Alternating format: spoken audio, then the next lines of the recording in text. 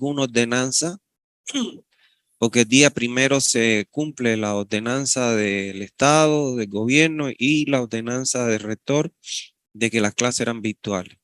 Así que ahora son presenciales, por tanto, el lunes nos vemos a esta hora en el aula módulo 245, es 225, aula 48. ¿Está bien? Bueno, vamos entonces a continuar con la unidad que estábamos viendo, que es la unidad 1. Habíamos llegado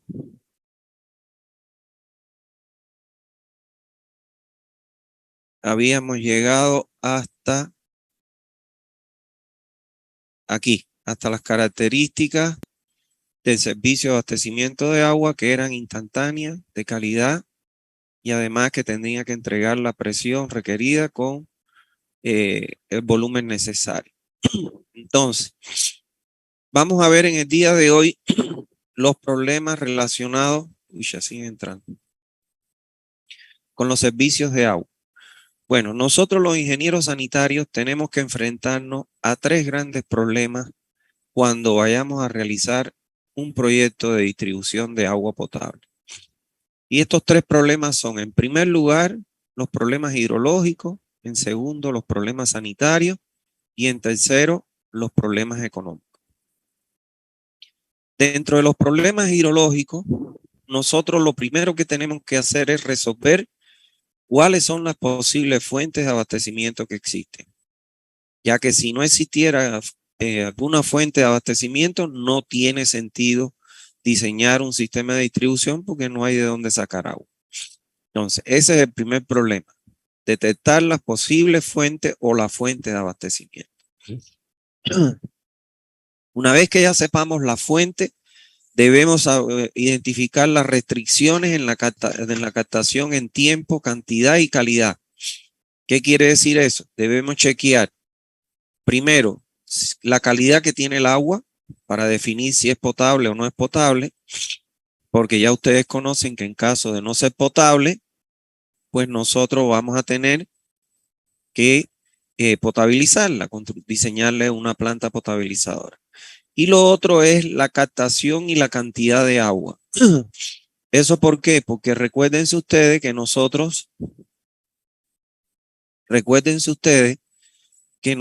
tenemos que, lógicamente, garantizar con esa fuente que durante todo el año podamos entregar el agua a la población.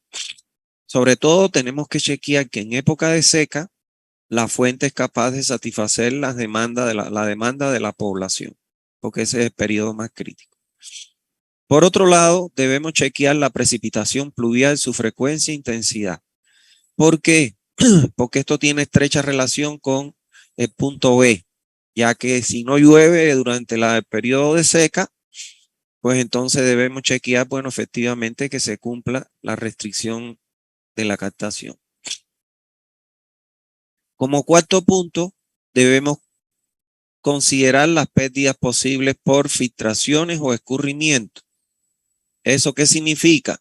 Que nosotros tenemos que controlar las pérdidas que puede tener esa fuente. Hay muchos ríos que muchas veces en periodo lluvioso escurre el agua, pero en periodo de seca el agua se pierde porque se infiltra a través de cavernas en el propio lecho del río. Entonces hay que chequear que, bueno, pues no haya ese fenómeno de filtraciones debido a los escurrimientos.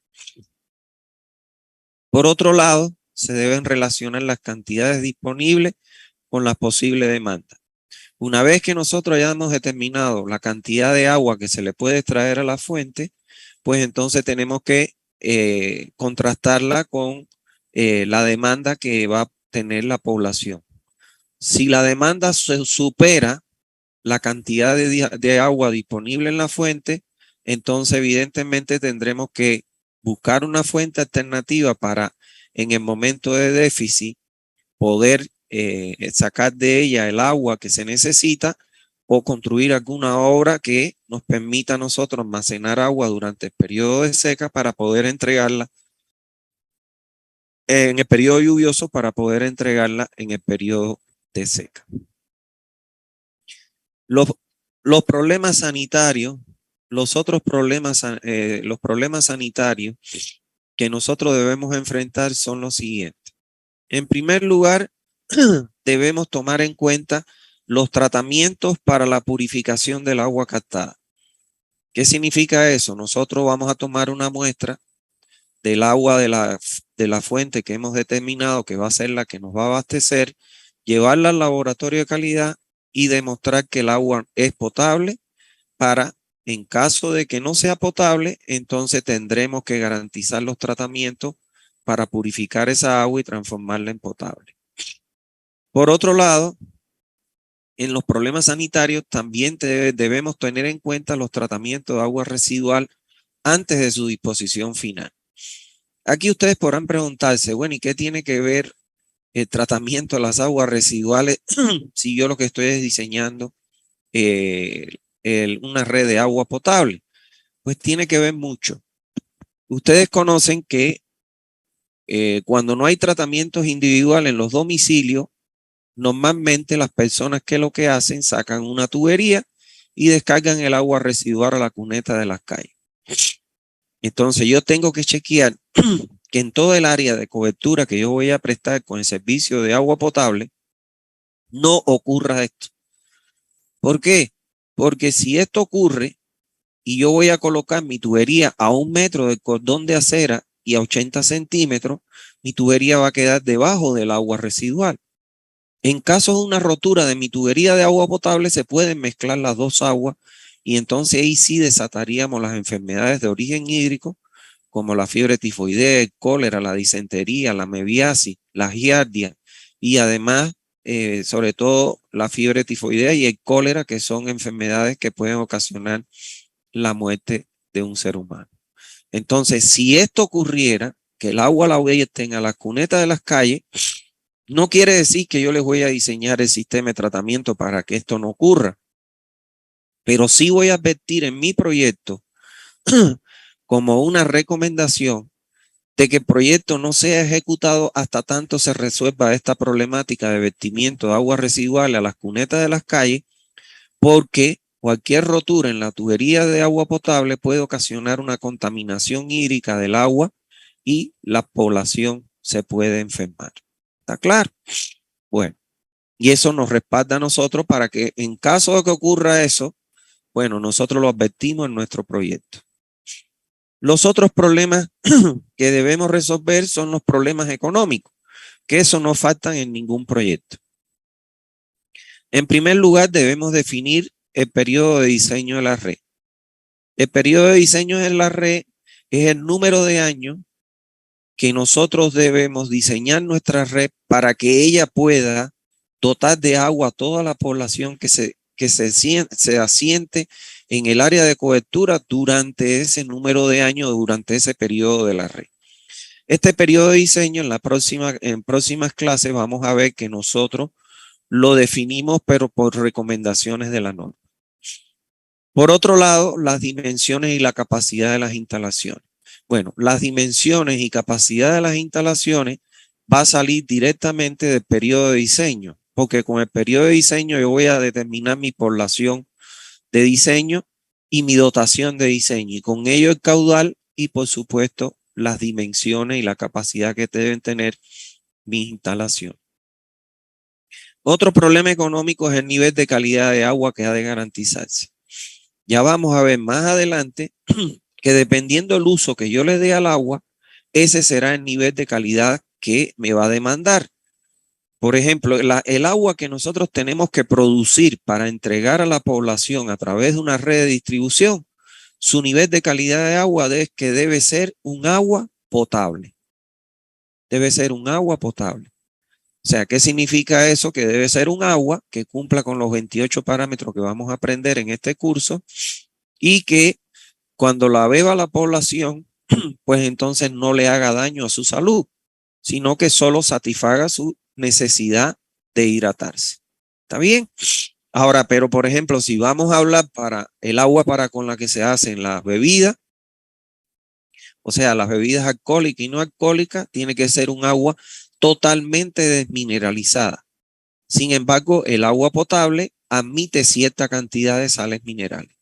Entonces, dependiendo de la calidad del agua que nosotros vayamos a entregar y su uso, así será la calidad del agua que debemos garantizar.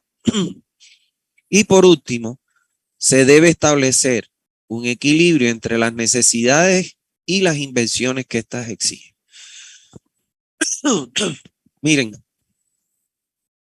yo puedo diseñar un sistema de distribución de agua potable de manera tal que éste pueda inclusive abrirse y cerrarse las válvulas y operar el sistema desde una oficina con aire acondicionado y una computadora. Por medio de una computadora y una interfaz, todo lo que hace un operario que va y con una llave grande abre las válvulas, la puedo hacer desde una oficina. Pero ¿cuánto cuesta eso? La población tendrá los recursos, la población tendrá los recursos necesarios para pagar esa inversión.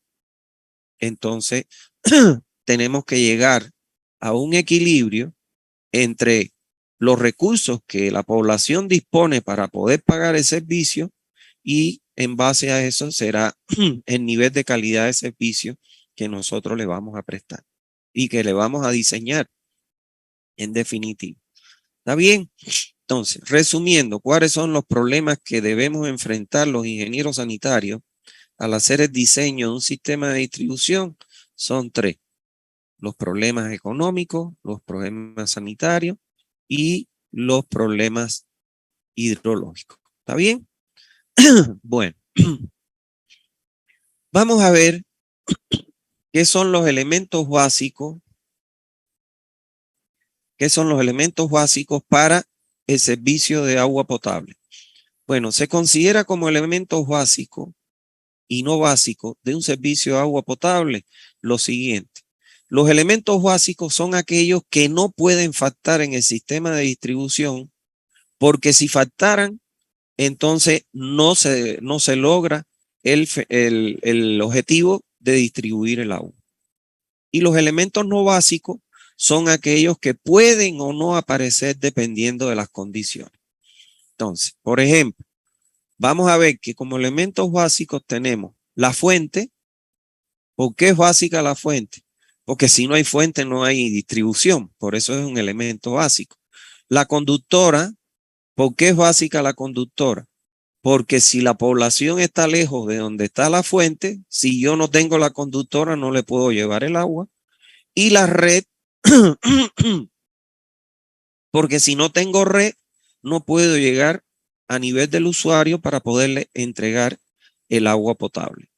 Ahora vamos a analizar los elementos no básicos. ¿Cuáles son? La planta potabilizadora. ¿Por qué es no básica? Porque dependiendo de la calidad del agua, si cuando yo tomo el agua de la fuente, la llevo al laboratorio y me da que el agua es potable, yo no necesito poner planta. ¿Me entiende? Entonces, desde el momento en que yo no puedo contar con ese servicio o puedo contar, ya entonces se convierte en un elemento no básico. La estación de bombeo. Si yo tengo una topografía accidentada, de donde yo coloque un tanque y distribuya por gravedad el agua a la población y no necesite la estación de bombeo, ya por eso es un elemento básico, no básico. Y el tanque de almacenamiento, porque si yo tengo una topografía muy llana, una mancha urbana muy grande y la altura del tanque me da más de 30 metros, entonces ya en ese caso no puedo colocar el tanque de almacenamiento. Por eso es que es un elemento que es no básico. Pueden aparecer o no pueden aparecer dependiendo de las condiciones específicas que se den. Bueno, esta es la explicación de lo que les acabo de decir. La fuente es básica, puesto que si no hay agua no hay red. La conductora es básica, ya que generalmente la fuente se encuentra lejos del núcleo poblacional que la va a consumir. La red es básica porque sin ella no podríamos llegar a los usuarios. La planta potabilizadora es no básica porque es alternativa, ya que solo se coloca si el agua no es potable. La estación de bombeo es alternativa porque solo aparece cuando la topografía es llana y no se puede hacer la entrega por gravedad. Y el tanque de almacenamiento es alternativo, ya que solo se puede lograr en la instalación cuando las condiciones topográficas lo permiten, o sea, topografía accidentada o requerimiento de alturas inferiores a los 30 metros, o sea, alturas de tanques inferiores a los 30 metros. Bueno, vamos a ver las características de las posibles fuentes de agua potable. Bueno, la fuente de agua, como ya ustedes conocen, es dentro del sistema de abastecimiento el objeto de obra más importante, ya que la misma me define a mí el tipo de captación, la necesidad de purificarla o no y el tipo de conducción. Las posibles fuentes de las cuales nosotros podemos captar el agua para dotar a la población son 4. El agua de lluvia, el agua superficial, el agua subterránea y el agua de los océanos. Ahora vamos a ver las características de cada una de ellas y vamos a ver cuáles son las únicas con las que nos podemos quedar y las razones por qué. El agua de lluvia. El agua de lluvia, como todos sabemos, podemos captarla de los techos, cuando el agua cae en las canaletas y las bajantes, descargarla directamente a una cisterna para su almacenamiento y posterior uso. El agua de lluvia es una de las aguas más puras, ya que nosotros podemos encontrar, porque es el resultado de un proceso de destilación y se caracteriza por ser un agua muy suave, libre de sales en solución. ¿Qué significa eso? Que es el agua de mejor calidad que nosotros podemos captar para potabilizar, porque es un agua potable prácticamente, es un agua potable, no es prácticamente, sino que es un agua potable de mucha calidad. Claro, cuando no la dejamos escurrir por mucho tiempo, por un periodo de tiempo, sobre la superficie, porque si la dejamos escurrir por mucha superficie, ella se va a contaminar. Su fuente principal de contaminación es el polvo que esté depositado en la superficie por la que escurre y además la contaminación ambiental que existe. Si hay mucha contaminación ambiental, recuérdense ustedes que el agua es el solvente universal por excelencia. Si hay contaminación en el ambiente, pues ella la va a captar, esa gota de agua la va a captar como tal. La dificultad que tiene el agua de lluvia es que no llueve frecuentemente. O sea, no siempre llueve. Y bueno, muestra de ello es que hay veces que hay años de mucha seca o hay periodos no lluviosos en los que no llueve. Entonces eso nos traería problemas con garantizar la cantidad de agua disponible para dotar a la población. Si no llueve, ¿cómo vamos a dotarle agua a la población? Entonces, este es el motivo fundamental por la que nosotros, los ingenieros sanitarios, desechamos el agua de lluvia como posible fuente de abastecimiento. Entonces, de las 4, ya vemos que el agua de lluvia nosotros la descartamos como posible fuente. No por su calidad, sino por la cantidad que podemos contar o disponer con ella. El otro tipo de fuente, las aguas superficiales. Bueno, el agua superficial son aquellas aguas que se encuentran sobre la superficie terrestre, ya sea estática o en movimiento. Cuando están en movimiento son los ríos, los arroyos, las quebradas, etc. Y cuando están estáticas son los lagos, las lagunas o los embalses de las presas. ¿Está claro? Esta agua, al estar en contacto con el terreno y con el ambiente, el medio ambiente, están muy expuestas a la contaminación. ¿Está claro? Lo cual generalmente yo diría que en un 99,999%, cuando nosotros captemos agua de una fuente superficial, automáticamente hay que diseñarle una planta porque es muy difícil hoy en día contar con un agua superficial que sea potable. ¿Está claro? Ahora, en contraste, es el agua, o sea, es la fuente con la que mayor frecuencia nosotros podemos contar para distribuir a la población. Entonces, esta es una de las fuentes que más se utiliza para dotar a la población de este líquido elemento. ¿Está bien? Bueno, el agua subterránea. ¿Qué cosa es el agua subterránea? Es el agua de precipitación que al escurrir por las superficies del terreno, si encuentra estratos permeables, ella se va a infiltrar. Ella se va a infiltrar.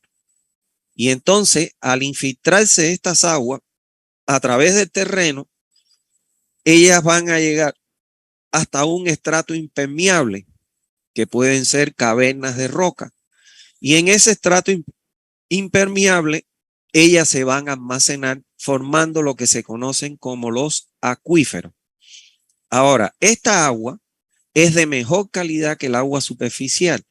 ¿Por qué? Porque al pasar a través de los estratos del terreno, ellas ya reciben un tratamiento que se conoce con el nombre de la filtración.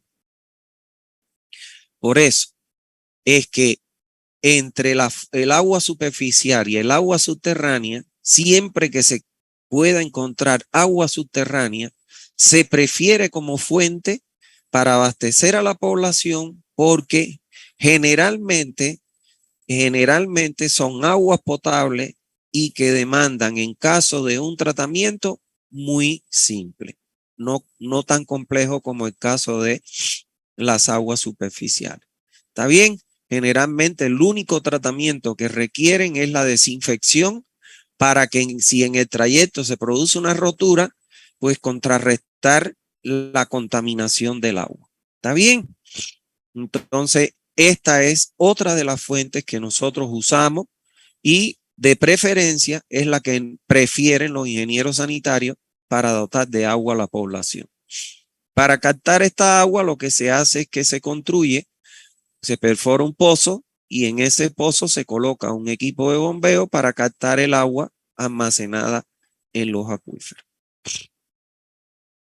Y el otro tipo de agua, o la otra posible fuente, es el agua de los océanos.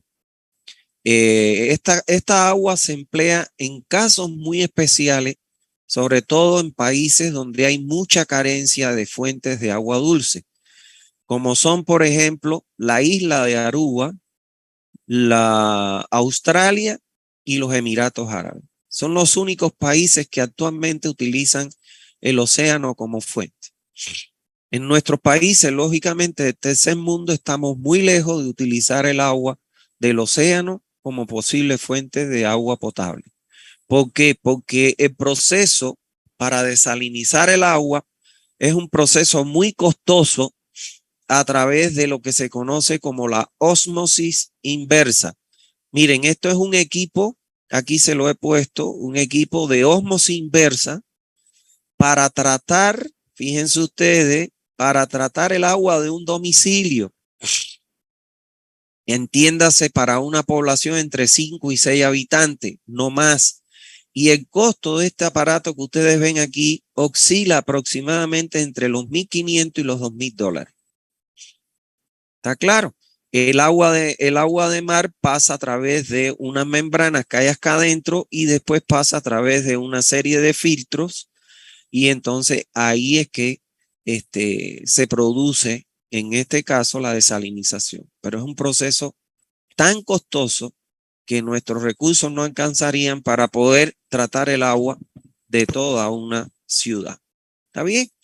Este es el motivo por el cual nosotros los sanitarios despreciamos o no tomamos en cuenta el agua de los océanos como fuente por el grado de contaminación que tiene, de salinidad sobre todo, que tienen estas aguas. Entonces, como hemos visto, de las 4 posibles fuentes que nosotros podemos contar para captar el agua de lluvia, el agua superficial, el agua subterránea y de los océanos, solo nos quedamos con 2 fuentes, la superficial y la subterránea. La de lluvia, porque la desechamos porque no es posible contar con la cantidad durante todo el año. Y la de los océanos por el grado de contaminación salina que tiene, que es muy caro y costoso poderlo recuperar. Bueno, cantidad de agua requerida en los núcleos urbanos. Bueno, cuando las poblaciones son rurales o poblaciones pequeñas, en medio rural, la demanda de agua es de 60 a 100 litros por persona por día. O sea, una persona en medio rural consume entre 60 a 100 litros por día. Ahora, cuando ya la población es mediana y grande, en zonas urbanas grandes, en ciudades, entonces la dotación de consumo de agua de una persona es entre 100 y 400 litros por persona por día. ¿Está claro? Para que ustedes vean las grandes diferencias. Santa Cruz, la dotación media es de 120 a 125 litros por habitantes por día. O sea, está más cercano a los 100 que a los 400.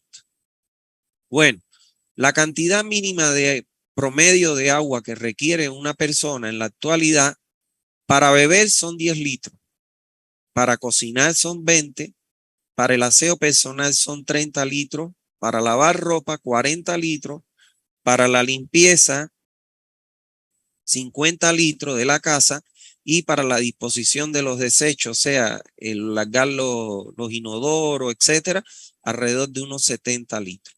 Lo cual hace que normalmente la cantidad promedio de agua que demanda una persona para vivir, la media general entre personas, entre los 100 y los 400 es de 220 litros. ¿Está claro? Ahora bien, la forma en que nosotros expresamos la necesidad de agua vistas anteriormente, o sea, estas que están aquí, se le conoce con el nombre de dotación y se calcula de la siguiente manera. La dotación es igual al cociente del caudal. Disculpe, es que había dicho al inicio que hicimos cuando sean las 4:15. Muchas gracias. Sí, ya voy a terminar porque lo que me queda es esta diapositiva. Gracias. Ok. Bueno, la dotación se puede calcular dividiendo el caudal entre la población. El caudal yo lo puedo expresar en litros día y la población se expresa en habitantes.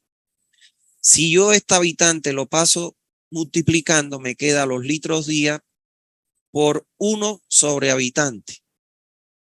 ¿Está claro? Porque esto es habitante sobre 1, pasa a la inversa 1 sobre habitante. Y esto me quedan los litros por habitantes por día. Señores, este concepto de dotación y estas unidades de litros por habitantes por día, ustedes tienen que ya sabérselo, pero a dedillo de memoria, porque este va a ser nuestro punto de partida para poder diseñar los sistemas de distribución de agua potable y las redes de alcantarillado sanitario. Este concepto es clave para poder nosotros desarrollar la materia que le vamos a impartir en este semestre. ¿Está bien? Entonces, bueno, les pido disculpas. La próxima clase me pueden hacer las preguntas de esta, pero por favor tengo que irme porque me van a cerrar la notaría. ¿Está bien? Entonces, el lunes nos vemos en la universidad. Un abrazo a todos, que estén bien. Cuídense. Chao, por favor. No, gracias. Gracias, ingeniero. Gracias. Hasta luego. Hasta luego, doctor. Hasta luego.